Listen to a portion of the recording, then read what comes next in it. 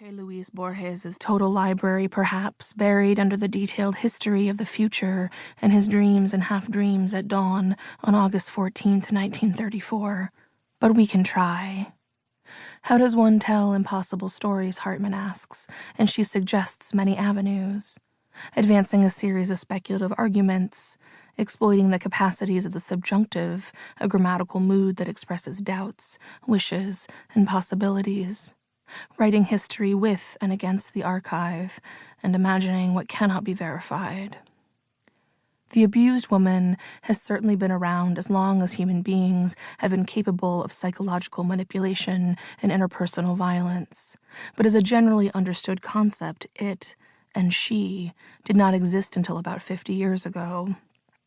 The conversation about domestic abuse within queer communities is even newer and even more shadowed.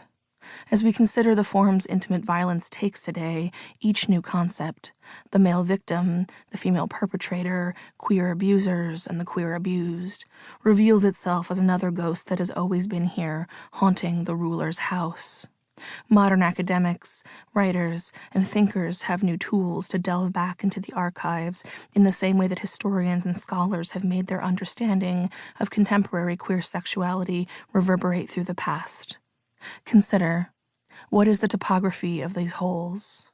Where do the lacunae live? How do we move toward wholeness? How do we do right by the wrong people of the past without physical evidence of their suffering? How do we direct our record-keeping towards justice? The memoir is, at its core, an act of resurrection. Memoirists recreate the past, reconstruct dialogue. They summon meaning from events that have long been dormant. They braid the clays of memory and essay and fact and perception together, smash them into a ball, roll them flat. They manipulate time, resuscitate the dead. They put themselves and others into necessary context. I enter into the archive that domestic abuse between partners who share a gender identity is both possible and not uncommon, and that it can look something like this. I speak into the silence. I toss the stone of my story into a vast crevice, measure the emptiness by its small sound.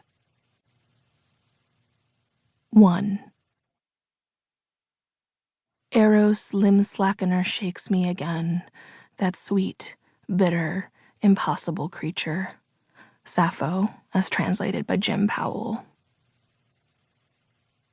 Dreamhouse as not a metaphor. I dare say you have heard of the Dreamhouse. It is, as you know, a real place. It stands upright. It is next to a forest and at the rim of a sward. It has a foundation, though rumors of the dead buried within it are almost certainly a fiction. There used to be a swing dangling from a tree branch, but now it's just a rope with a single knot swaying in the wind. You may have heard stories about the landlord, but I assure you they are untrue. After all, the landlord is not a man, but an entire university. A tiny city of landlords. Can you imagine? Most of your assumptions are correct. It has floors and walls and windows and a roof. If you are assuming there are 2 bedrooms, you are both right and wrong. Who is to say that there are only 2 bedrooms? Every room can be a bedroom. You only need a bed, or not even that. You only need to sleep there. The inhabitant gives the room its purpose. Your actions are mightier than any architect's intentions. I bring this up because it is important to remember that the dream house is real. It is as real as the book you are listening to right now, though significantly less terrifying. If I cared to, I could give you its address, and you could drive there in your own car and sit in front of the dream house and try to imagine the things that happened inside. I wouldn't recommend it, but you could. No one would stop you. Dream house as picaresque. Before I met the woman from the dream house, I lived in a tiny 2-bedroom apartment in Iowa City. The house was a mess, owned by a slumlord, slowly falling apart, full of eclectic, nightmarish details. There was a room in the basement. My roommates and I called it the murder room, with blood-red floors, walls, and ceiling, further improved.